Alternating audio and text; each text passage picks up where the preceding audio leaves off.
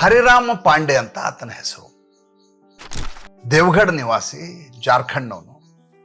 ತನ್ನ ಕೆಲಸಕ್ಕೆ ಬೆಳಗಿನ ಹೊತ್ತಿನಲ್ಲಿ ಹೋಗ್ತಾ ಇದ್ದಾನೆ. ಒಂದು ಮಗು ಅಳ್ತಾ ಇರೋ ಸದ್ದು ಕೇಳುತ್ತೆ.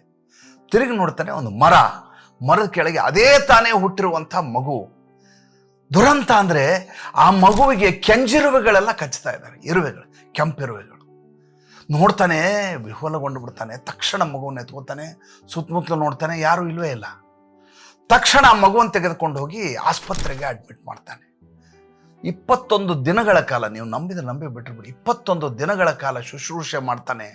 ಯಾರ್ದು ಮಗು ಅಂತ ಗೊತ್ತೇ ಆಗೋದಿಲ್ಲ. ಪೊಲೀಸ್ ಸ್ಟೇಷನ್ಗೆ ಹೋಗ್ತಾನೆ, ಅಡ್ಮಿನಿಸ್ಟ್ರೇಷನ್ ಹೋಗ್ತಾನೆ, DC ಹತ್ರ ಹೋಗ್ತಾನೆ. ಯಾರೂ ಇದಕ್ಕೆ ಪ್ರತಿಕ್ರಿಯೆಯನ್ನೇ ಕೊಡೋದಿಲ್ಲ.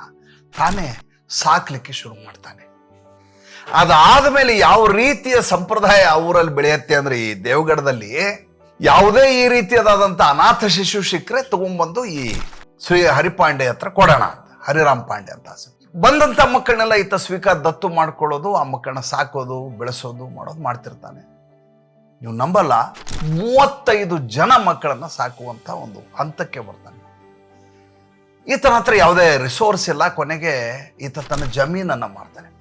ಆ ಜಮೀನಿನ ದುಡ್ಡು ಖಾಲಿ ಆಗತ್ತೆ. ಮುಂದೆ ಏನು ಮಾಡೋದು ಅನ್ನುವಂಥ ಚಿಂತೆಯಲ್ಲಿದ್ದಾಗ ಒಂದು ದಿವಸ ಕೌನ್ ಮನೆಗೆ ಕರೋಡ್ಪತಿಯಿಂದ ಕಾಲ್ ಬರುತ್ತೆ. ನೋಡಿ, ಯಾರಿಗೆ ಯಾರೂ ಇಲ್ಲವೋ ಅವ್ರಿಗೆ ದೇವ್ರು ಇರ್ತಾನಂತೆ. ಹಾಗೆ KBCಯಿಂದ ಕರೆ ಬರುತ್ತೆ. ನೀವು ಈ ರೀತಿ ಮಕ್ಕಳನ್ನ ಸಾಕ್ತಿರಂತೆ, ಅನಾಥ ಮಕ್ಕಳನ್ನ. ಹೌದಾ, ನೀವು ನಮ್ಮ ಸ್ಟುಡಿಯೋಗೆ ಬನ್ನಿ ಮುಂಬೈಗೆ. ನನ್ನ ಹತ್ರ ದುಡ್ಡೇ ಇಲ್ಲ. ನಾನು ದುಡ್ಡು ಕೊಡ್ತೀನಿ, ನೀವು ಬನ್ನಿ ಅಂತ ಕರೆಸ್ಕೊತೇನೆ.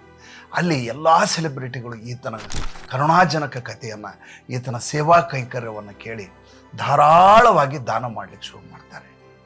ಮುಂದೆ ಈ ದೇಶದ ಅತ್ಯುನ್ನತ ಪ್ರಶಸ್ತಿಗಳು ಯಾವಿದಾವಲ್ಲ, ಎಲ್ಲ ಪ್ರಶಸ್ತಿಗಳು ಈ ವ್ಯಕ್ತಿಗೆ ಲಭ್ಯ ಆಗ್ತವೆ. ನನಗನ್ನಿಸಿದ್ದೇನೆಂದರೆ, ಜೀವನದಲ್ಲಿ ನಾವು ಏನು ಮಾಡ್ತೀವೋ ಬಿಡ್ತೀವೋ, ನಾವು ಹೋಗುವಾಗ ಏನು ಮಾಡಿದ್ದೀವಿ ಅನ್ನುವಂಥ ದಾಖಲೆ ಉಳಿಸುವಂಥ ಒಂದಾದರೂ ಕೆಲಸ ಮಾಡಿ ಹೋಗಬೇಕು. ಹರಿರಾಮ್ ಪಾಂಡೆ ಅಂಥದ್ದೊಂದು ಕೆಲಸವನ್ನು ಮಾಡಿಬಿಟ್ಟಿದ್ದಾರೆ ಅಲ್ವಾ.